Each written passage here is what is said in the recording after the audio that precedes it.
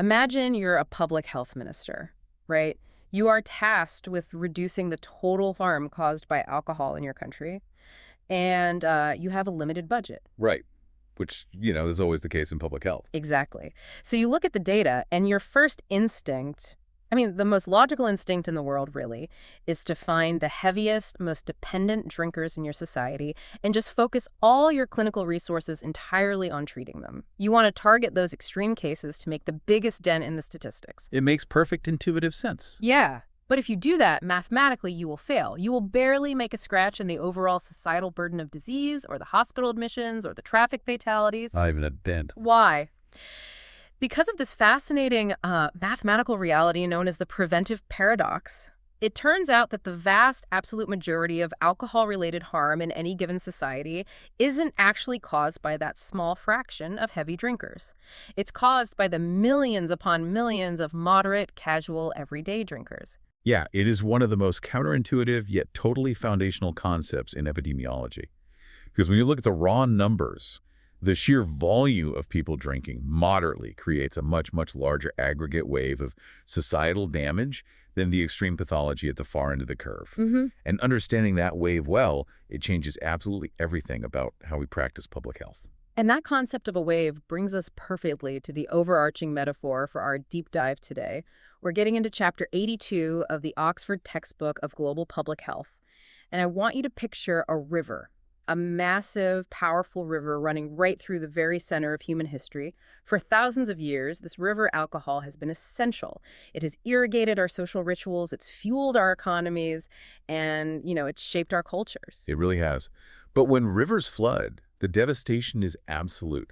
They wipe out infrastructure, and they leave this lasting chronic toll on the entire population living along the banks. Right. So if alcohol is the river, then public health is the engineering of the levee system. It's the science of determining exactly where to build the dams, how to manage the flow of the water, and figuring out the structural mechanics of why those levees sometimes break. Precisely.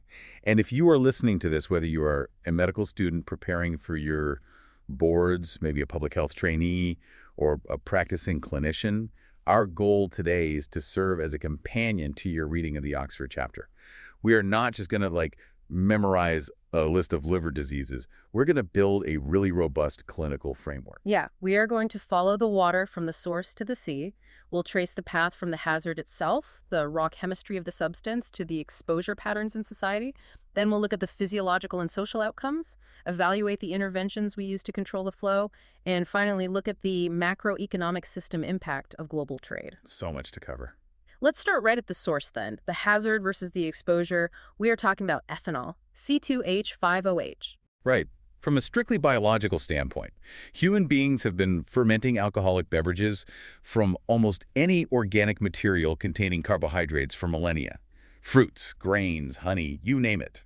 Basically whatever was lying around. Exactly. But there is a strict biological ceiling to fermentation. The yeast responsible for consuming the sugars and excreting the ethanol, it can only survive in a solution that is up to about 14% alcohol. Once the concentration breaches that threshold, the yeast essentially poisons itself. Its cell walls degrade, the fermentation process halts entirely, and you are left with a naturally limited hazard. Oh, wow. So for most of human history, the exposure profile was just capped by microbiology. You had beer sitting at, 3 to 7%, and wines at 8 to 14%. The river was flowing, but the current was biologically restricted. That's a great way to put it. The hazard had a natural speed limit. But then, of course, human engineering intervened. We invented distillation. Yeah, and distillation fundamentally altered the exposure profile of the human race. The textbook traces this technology coming to Europe from Arabia during the Middle Ages. Distillation basically takes advantage of the fact that ethanol boils at a lower temperature than water. By heating the fermented liquid, evaporating the ethanol, and then condensing that vapor, you completely bypass the biological limits of the yeast. You cheat the system. You cheat nature. Suddenly, humanity had access to beverages that were 25 to 50% ethanol. Which didn't just change how intoxicated a person could get, right? It completely rewired global economics. Because you take this highly concentrated liquid, and suddenly you have a commodity that does not spoil. Before refrigeration, if you wanted to ship something across the ocean, it had to be completely stable. Precisely. Distilled spirits, along with fortified wines where distilled alcohol is actually added to preserve the wine, became the absolute perfect cargo. This technological shift deeply linked alcohol to the age of European empires, colonial expansion, and the whole explosion of global maritime trade. The exposure went from being local and biologically capped to being global, highly concentrated, and industrially manufactured. Which sets up this incredible paradox that the chapter refers to as the use values of alcohol. It is a massive public health hazard, responsible for vast global morbidity, and yet it is universally cherished. The text points out it has historically been categorized as a food source, a medicine, or a religious sacrament, and even a basic thirst quencher in eras where water sanitation was just poor.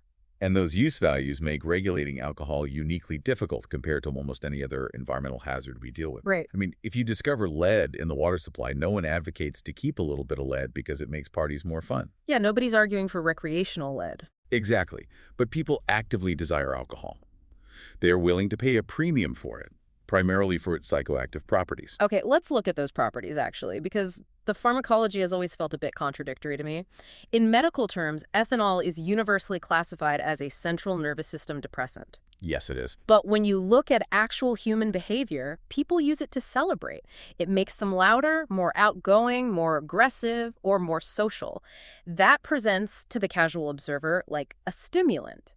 How do we reconcile the clinical label with the behavioral reality? Let's unpack this. It comes down to the specific sequence of neurochemical events in the brain. Psychopharmacologically, ethanol binds to GABA receptors, enhancing the brain's primary inhibitory neurotransmitter, while simultaneously blocking glutamate, which is the primary excitatory neurotransmitter. It is absolutely unequivocally depressing brain function. Right, so where does the party come from? Well, this is the key. The very first region of the brain it depresses is the prefrontal cortex. And that's the area responsible for executive function, caution, social anxiety, and inhibitory control. Ah, so it's not pressing the gas pedal, it's cutting the brake lines. That is exactly it. The perceived stimulation is actually just the unmasking of lower brain impulses because those higher-order cognitive brakes have just been disabled. And if the dose increases, that depressant effect spreads. It goes to the cerebellum, impairing motor coordination, and eventually down to the brainstem, which can lead to a comatose state or fatal respiratory depression. But the textbook strongly emphasizes a point we often forget in the clinic. Which is? Drinking is rarely an isolated biological event. It is fundamentally a social act. Right. You aren't just administering an IV dose of a drug in a sterile white room. You're at a pub or a wedding or a stressful networking event. The environment dictates the behavior just as much as the molecule does. And that social context drives the pace and the volume of the exposure. We have these collective influences and norms of reciprocity. If you were in a group of 5 people and someone buys a round of drinks, you feel socially obligated to buy the next round. Oh, absolutely. The dreaded round system. Suddenly, your biological exposure is dictated by the drinking speed of the fastest person in your group. The public health hazard is inextricably bound to that social utility. So we have the hazard, and we see how human behavior and history really amplify our exposure. Let's follow this downstream to the outcomes. When we look at the morbidity and mortality, public health draws a very sharp clinical distinction between acute harms and chronic harms. Yes, it is a vital framework for diagnosis and policy. Acute effects are tied directly to a specific short-term drinking event. The intoxication impairs physical coordination, reaction time, and cognition. And this leads directly to the trauma ward. We're talking road traffic crashes, accidental falls, drownings, and overdoses. Furthermore, because it impairs judgment, intoxication plays a significant causal role in violent behavior, domestic abuse, and crime. Though I found the textbook's nuance on violence really fascinating, the link between alcohol and violence is heavily culturally mediated, right? In some societies, severe intoxication is associated with falling asleep or singing together. In others, it is highly associated with physical aggression. It's not a simple mathematical equation where ethanol strictly equals punching someone. No, because the chemical simply removes the inhibition. The underlying culture and the social expectations dictate what behavior is deemed acceptable once that inhibition is gone. That covers the acute side. Then you have the chronic effects, which stem from repeated long-term exposure. The slow burn. Exactly. Here we are looking at the pathophysiology of the liver. Ethanol is metabolized into acetaldehyde, which is highly toxic, and triggers hepatic stellate cells to lay down scar tissue, leading to cirrhosis. And it certainly doesn't stop at the liver. No, not at all. Chronic heavy drinking is causally linked to cardiomyopathy, pancreatitis, and various cancers, specifically cancers of the upper digestive tract, the liver, and the breast. Breast cancer is one people often overlook when they think of alcohol. They do, but the link is very clear. Acetaldehyde directly damages DNA and prevents cells from repairing that damage. We also see profound suppression of the immune system, making patients highly susceptible to infectious diseases like tuberculosis or pneumonia. And of course, the psychiatric outcomes, depression, anxiety disorders, and the progression to alcohol use disorder, which is characterized by physiological tolerance and severe withdrawal syndromes. But here is where the public health philosophy takes an angle that might actually surprise some people. Yeah, historically, the justification for state intervention for building those levees we keep talking about was not rooted in protecting the individual drinker's liver. Not at all. And this is a cornerstone of the public health framework for alcohol. It's the harm to others principle. Historically, interventions were rarely driven by paternalism, the desire to stop an adult from knowingly damaging their own body. Which feels entirely different from how public health approaches something like a seatbelt mandate or banning trans fats, where the explicit goal is to save the individual from their own choices. Yeah, with alcohol, the primary justification for societal response has almost always been the collateral damage. The textbook emphasizes this. It is the drunk driver who survives the crash but kills a family of 4 in the other car. It's the domestic violence suffered by a spouse. It's the impairment of performance at work or the loss of livelihood that plunges dependents into poverty. The public health lens focuses heavily on the societal externalities of the exposure. It's treating alcohol not just as a pathogen, but almost as an environmental vector that harms bystanders. Right. But to be objective, we have to note that the textbook doesn't solely list the harms. It also addresses the purported positive effects. And this brings us to one of the most famous and probably hotly debated concepts in epidemiology, the J-shaped curve regarding cardiovascular disease. Oh, the J-shaped curve. It has driven research for decades. When you plot alcohol consumption against overall mortality, the data often shows that complete abstainers have a certain baseline risk. But light to moderate drinkers, meaning perhaps one standard drink every second day, they actually show a slight drop in mortality risk, creating the dip in the J. Then, as consumption increases into heavy drinking, the risk shoots up drastically, forming the long, steep stem of the J. And the biological mechanism for that protective dip makes physiological sense. The text explains that low doses of alcohol inhibit the buildup of atheromatous plaque in the arteries, raise HDL cholesterol, and reduce platelet aggregation. So basically reducing the likelihood of blood clots. It acts a bit like a low-dose aspirin. That is the proposed biological mechanism, yes. But as I read the chapter, it really struck me that focusing purely on the dose is a bit of a trap.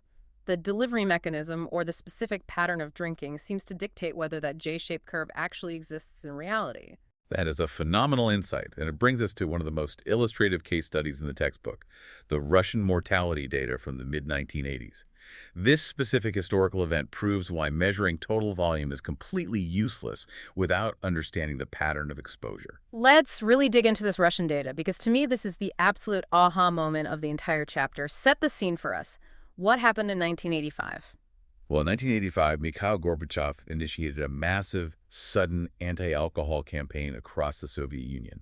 The state drastically cut the production of vodka, closed down thousands of retail outlets, and raised prices.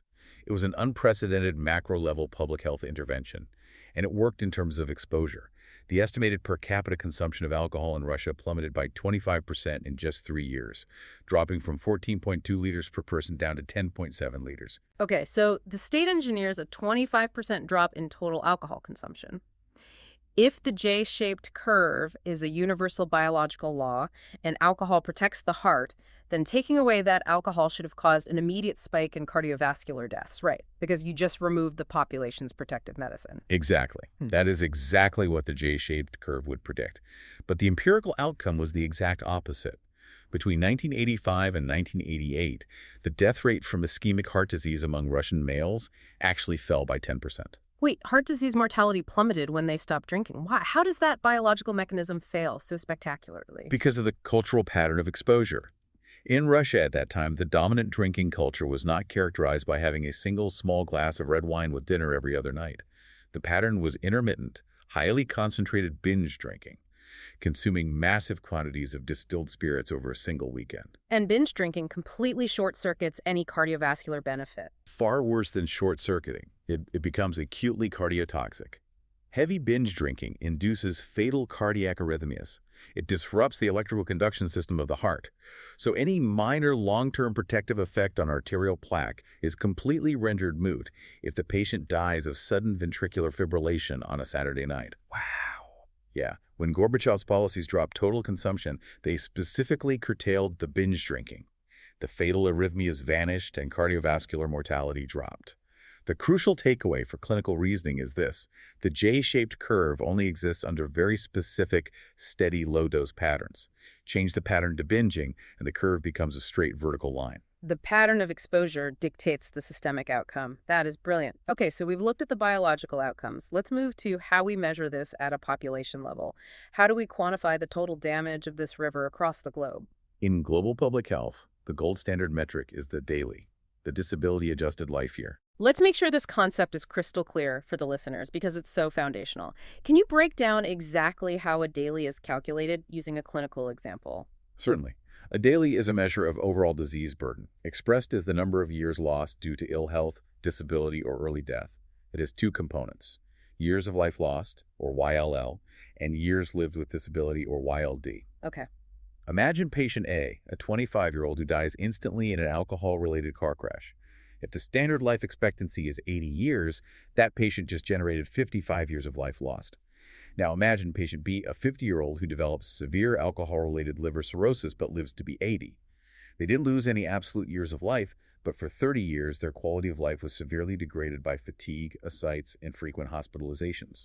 We apply disability weight to those 30 years to calculate the years lived with disability. The daily combines patient A's early death and patient B's chronic suffering into a single comparative metric. And when you add up all those dailies globally, what is alcohol's share of the burden? According to the estimates cited in the Oxford chapter, alcohol accounts for roughly 3.9% of the total global burden of disease. 3.9%.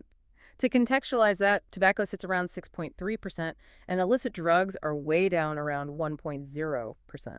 So alcohol is a staggering driver of global morbidity, ranking as the highest risk factor in many middle-income countries.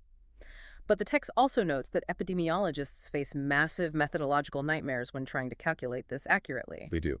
The primary issue is how we measure exposure in prospective cohort studies. A study might survey a group of people, ask them how much do you drink to establish a baseline, and then follow their health outcomes for 10 or 20 years. Yeah. But human behavior isn't static. Right, people change. Exactly. A single snapshot is a terrible surrogate for a lifetime of chronic exposure. Someone who reports as a light drinker at age 30 might develop severe dependence by age 40, but the study still categorizes their eventual liver failure under the light drinker cohort. And then you have the compounding variables. Smoking is the classic example here. The behavioral overlap is massive. People who drink heavily often smoke heavily. If an epidemiologist tries to mathematically strip away the smoking data to isolate just the alcohol damage, they might inadvertently obscure the real-world harm because the two behaviors act synergistically to cause cancers of the throat and mouth. It is deeply complex. But navigating that complexity led researchers to the discovery we opened this episode with, Rosenkreitman's preventative paradox. Let's bring that full circle. We established that the moderate drinkers cause the bulk of the societal harm simply because they vastly outnumber the heavy drinkers. It's an issue of volume versus severity. Yes, and this connects directly to a theory proposed by a researcher named Skog, which the textbook highlights as a critical paradigm shift. Skog proves mathematically that drinking is a collective, highly contagious social behavior. It's almost like a social pathogen. He argued that the whole society's consumption moves together, right? Like a rising tide lifting all boats. Exactly. If the light drinkers in a society decide to drink a little bit more, perhaps the new cultural norm emerges where it is acceptable to have a glass of wine at lunch. Then the moderate drinkers will naturally increase their intake to maintain their relative social position, and the heavy drinkers will drink substantially more. The entire distribution curve of the population shifts to the right. Which fundamentally picks the clinician against the epidemiologist. Because if I'm a primary care doctor, I might look at the J-shaped curve and tell my individual patient, a glass of wine a day is optimal for your heart.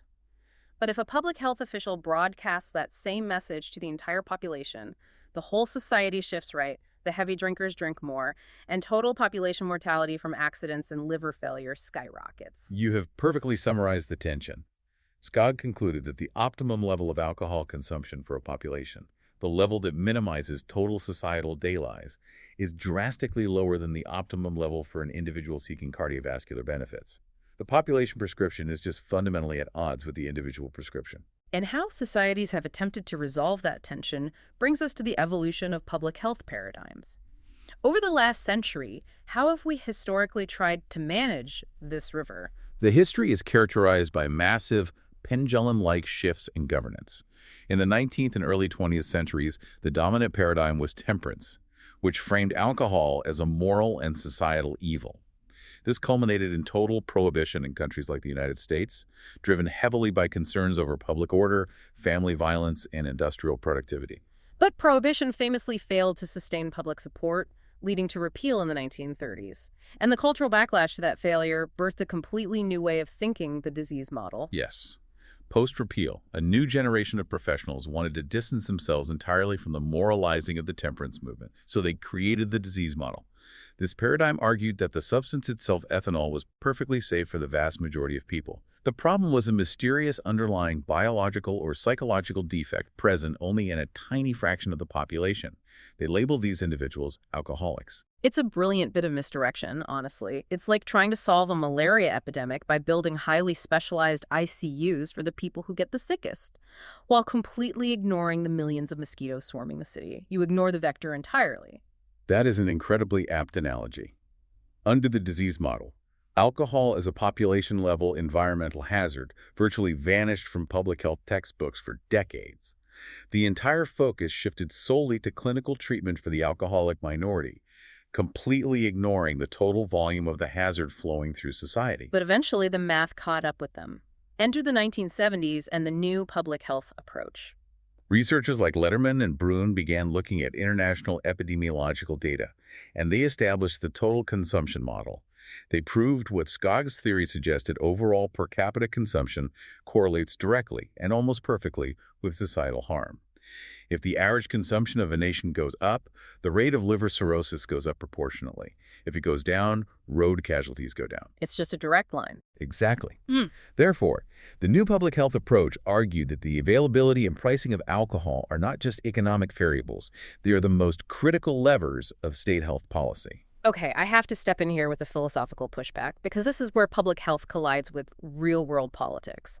If the new public health paradigm says we must lower the average consumption of everyone in society to save lives, then the state is suddenly stepping squarely on the toes of consumer sovereignty. You are taxing and restricting the responsible, moderate drinker to protect society at large. That triggers the classic nanny state debate. Oh, absolutely. It is the defining ethical and political clash of the discipline. And to be clear, the textbook documents this tension objectively. On one side, you have the undeniable empirical data of population health, which proves that controlling availability and price saves lives and dramatically reduces dailies. And on the other side, you have free market ideology, individual liberty advocates, and of course, massive multi-billion-dollar transnational beverage industries who view state intervention in private consumption as a massive overreach. and that political battleground dictates exactly which levees we are actually allowed to build. This transitions us perfectly into evaluating the specific interventions. The Oxford chapter outlines 7 strategies of control. We are going to evaluate each one, focusing heavily on their mechanisms of action and what the epidemiological evidence actually says about their effectiveness. Strategy number 1, education and persuasion. This is the strategy the public is most familiar with. School-based programs teaching teenagers about the dangers of binge drinking, mass media campaigns urging people to drink responsibly, or adding warning labels to packaging. It's the most politically popular strategy by far, but what does the data show regarding its effectiveness? The evidence demonstrates it has remarkably low effectiveness for generating long-term behavior change. Which is always so depressing to read, given the millions of dollars we pour into these campaigns. Why does education fail so consistently here? Think about the information environment. A public health education message is fundamentally asymmetric.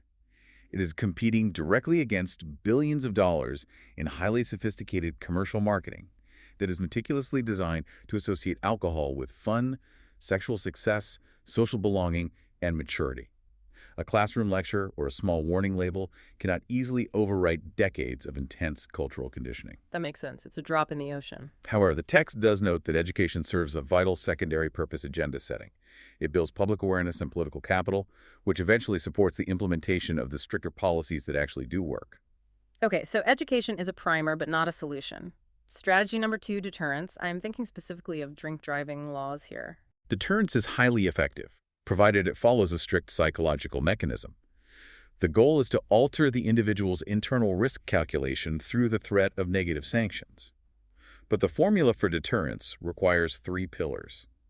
The punishment must be swift, it must be appropriately severe, and most importantly, it must be certain. Certainty is the key, isn't it? If a driver thinks there's only a 1 in 1,000 chance of hitting a police checkpoint, a severe penalty like losing their license for life won't stop them because they just don't believe they'll get caught. But if they see random breath-testing checkpoints every weekend, the certainty of getting caught changes their behavior immediately. Exactly. Random breath testing is a triumph of public health deterrence because it maximizes the perceived certainty of apprehension. Strategy number 3, providing alternative activities. The classic example is a city building a community center or funding midnight basketball leagues to keep vulnerable youth off the streets and away from alcohol. From a purely alcohol reduction standpoint, this strategy demonstrates very low effectiveness. Which seems so counterintuitive. If you give them a healthy alternative, shouldn't they drink less? The flaw in that logic lies in the nature of the hazard. Alcohol is not mutually exclusive with alternative activities. It is highly complementary. It combines beautifully with almost anything. You can drink while playing sports. You can drink after a community event. You can drink at the bowling alley. Providing civic alternatives is excellent social policy for community cohesion, but it does not effectively displace the specific behavior of drinking. Because the river just flows into the new community center. Okay, strategy number 4, insulating from harm. We touched on this with the harm to others principle earlier. Yes, this is a pure harm reduction strategy. It is highly effective at reducing the outcome without necessarily attempting to alter the exposure. You accept that the intoxication is going to occur, but you engineer the surrounding environment so the intoxication doesn't result in severe morbidity.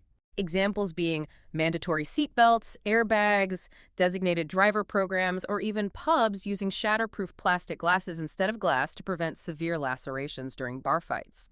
You aren't stopping the drinking, you are putting a life jacket on the people in the river. Now, strategy number 5. According to the text, this is the heavy hitter. Regulating availability and conditions of use. This strategy consistently demonstrates the highest effectiveness in the epidemiological literature. We are talking about the structural engineering of the market, increasing taxes, setting minimum purchasing ages, limiting the geographic density of liquor stores, restricting the hours and days of sale, and implementing state monopolies on distribution. Let's unpack the mechanism here. How does a state monopoly actually reduce consumption? A state monopoly removes the profit motive from retail expansion. If the government runs the liquor stores, they don't engage in aggressive price promotions, they don't put alcohol in the front window to attract foot traffic, and they strictly enforce age checks because the clerk isn't incentivized by commission. Furthermore, the broader mechanism of this strategy is basic microeconomics. Alcohol is a commodity. It is subject to the laws of supply and demand. If you increase the price through taxation or minimum unit pricing, population consumption drops. But doesn't the dependent drinker just keep buying anyway? That is a common misconception. Crucially, studies show that heavy drinkers are still price elastic.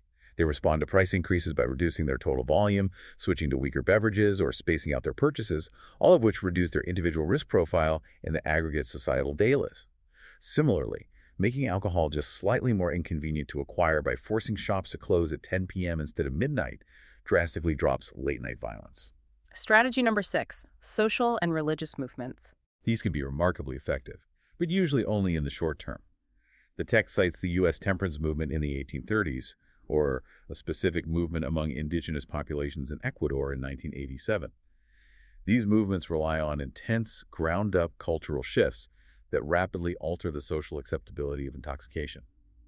However, historically, that intense emotional enthusiasm decays over time, even if the movement leaves some lasting institutional policies in its wake. And finally, strategy number 7, treatment and brief interventions, treating the individual patient in a clinical setting.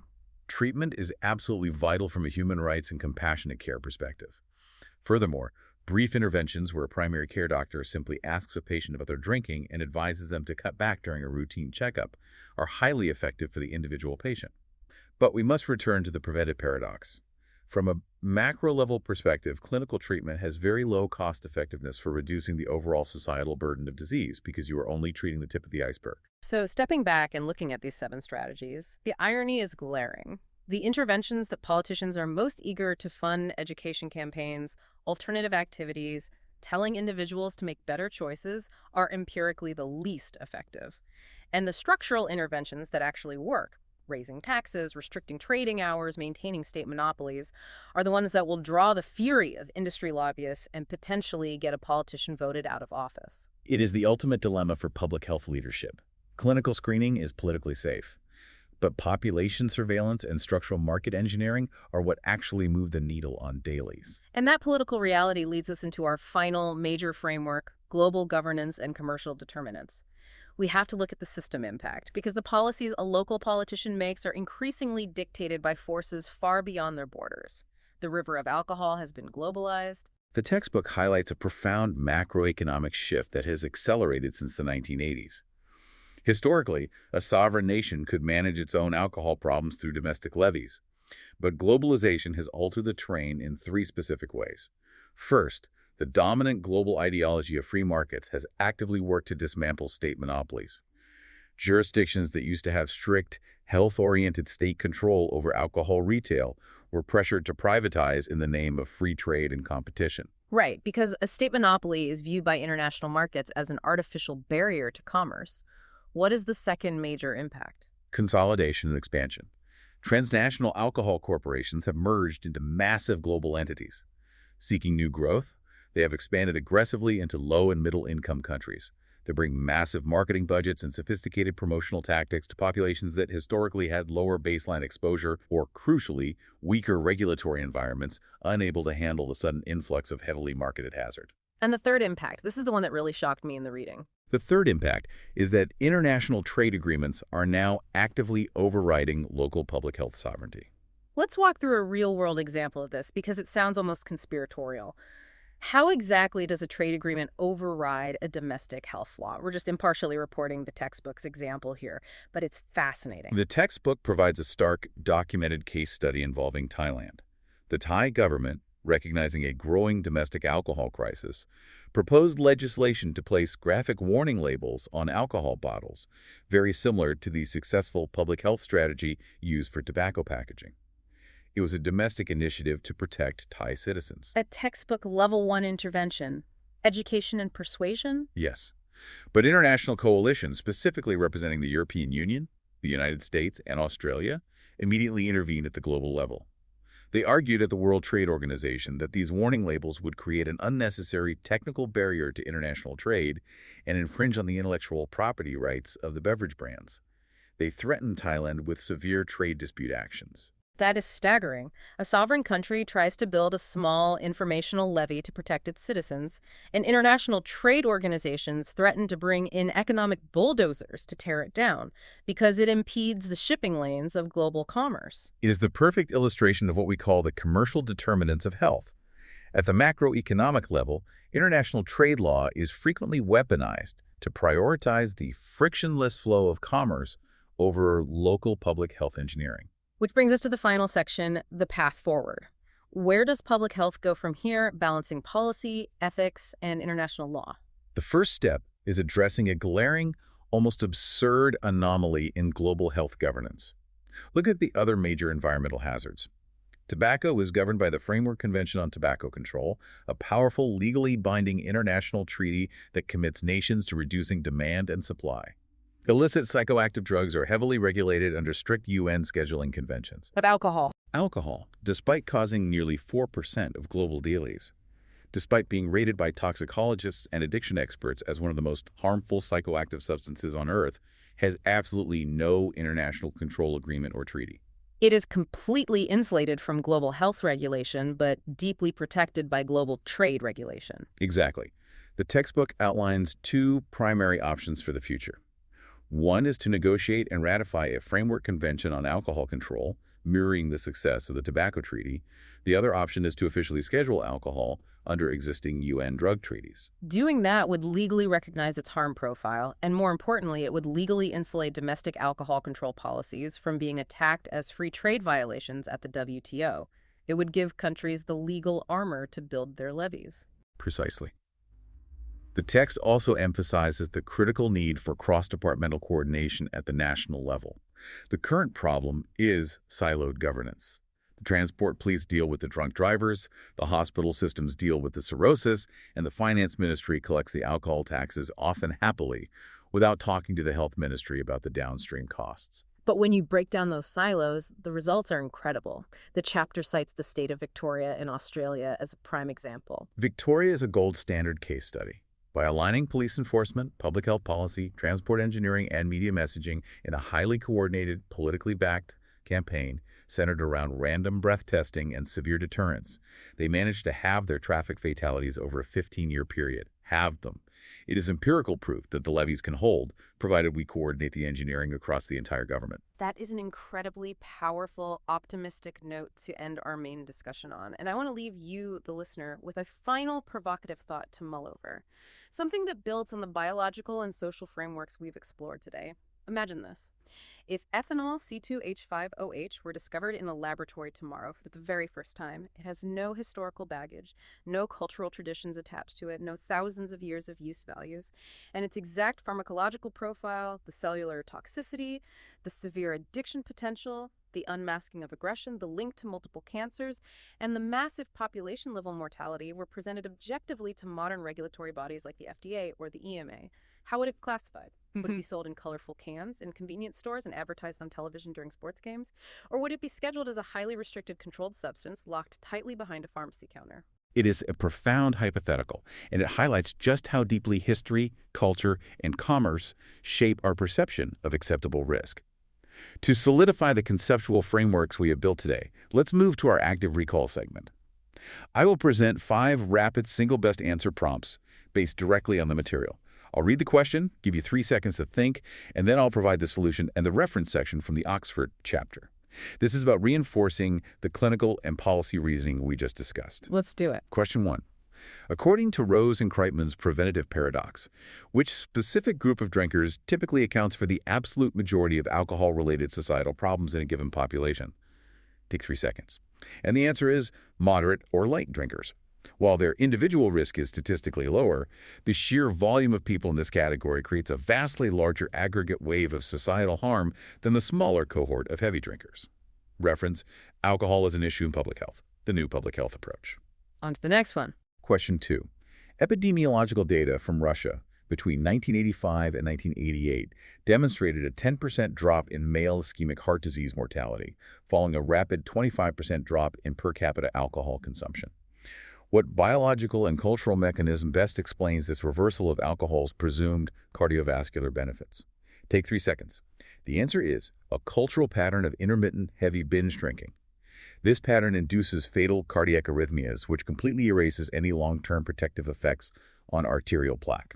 Reference, positive effects. Question 3. Question 3. In the hierarchy of public health alcohol control strategies, which intervention is considered highly popular politically, often receiving substantial funding, but has demonstrated remarkably limited empirical effectiveness in changing long-term drinking behavior? Take 3 seconds. The answer is school-based education and mass persuasion campaigns. They struggle to compete with commercial marketing, though they are useful for initial agenda setting. Reference, strategies of prevention and control, education and persuasion. 2 more left. Question 4. What specific metric is used by global health organizations to estimate that alcohol accounts for approximately 3.9% of the total global burden of disease? Take 3 seconds. The answer is disability-adjusted life years, or DALYs, which combine years of life lost due to premature mortality and years lived with disability. Reference, research on cumulative effects of alcohol, effects on the drinker's health. And the final question. Question 5. At the macroeconomic level of global governance, how does the international regulatory status of alcohol uniquely differ from that of tobacco and illicit psychoactive drugs? Take 3 seconds. The answer is there is currently no international control agreement or framework convention for alcohol. This leaves sovereign national health controls highly vulnerable to being overridden by international trade disputes. Reference, ways forward for the public health interest at international levels. Thank you for joining us on this deep dive. The next time you are reading an epidemiological study or even just walking down the aisle of a grocery store, think about the river. Think about the massive currents of history, pharmacology, and global commerce, and the systemic levees we must engineer to keep the water at bay. We'll see you next time. Here are the details of this episode. Alcohol. Byline. Patterns of consumption, population harms, and strategies for alcohol control. OAT episode description. Alcohol is deeply embedded in many cultures, economies, and social rituals, yet it remains a major contributor to global morbidity and mortality. Harmful alcohol use is associated with liver disease, cancers, cardiovascular conditions, injuries, violence, mental health disorders, and social disruption. This episode examines. Global patterns of alcohol consumption. This episode examines. Per capita intake and regional variation. This episode examines. Alcohol attributable mortality and disability-adjusted life years. Dailies. Acute harms. Injuries, road traffic crashes, violence. Chronic harms. Liver cirrhosis, cancers, cardiomyopathy. Chronic harms. Alcohol and mental health. Chronic harms. Alcohol marketing, pricing, and availability. Chronic harms. Population-level control strategies. Taxation, advertising restrictions, minimum unit pricing. Chronic harms. Screening and brief interventions in clinical practice. Chronic harms. Alcohol-related harm extends beyond the individual drinker. Families, communities, and health systems bear substantial indirect consequences. As with tobacco, alcohol is shaped by commercial determinants, marketing practices, pricing strategies, and political influence. Chronic harms. The chapter frames alcohol control as a balance between cultural norms and population health priorities, emphasizing evidence-based regulatory strategies alongside clinical and community interventions. Chronic harms. Key takeaways. Chronic harms. Alcohol contributes substantially to global mortality and morbidity. Chronic harms. Harm includes both acute injury and chronic disease. Chronic harms. Population-level strategies, pricing, availability controls are highly effective. Chronic harms. Alcohol use intersects with mental health and violence. Chronic harms. Commercial influences shape consumption patterns. Chronic harms. Screening and brief interventions reduce harmful drinking. Chronic harms. Public health approaches extend beyond individual responsibility.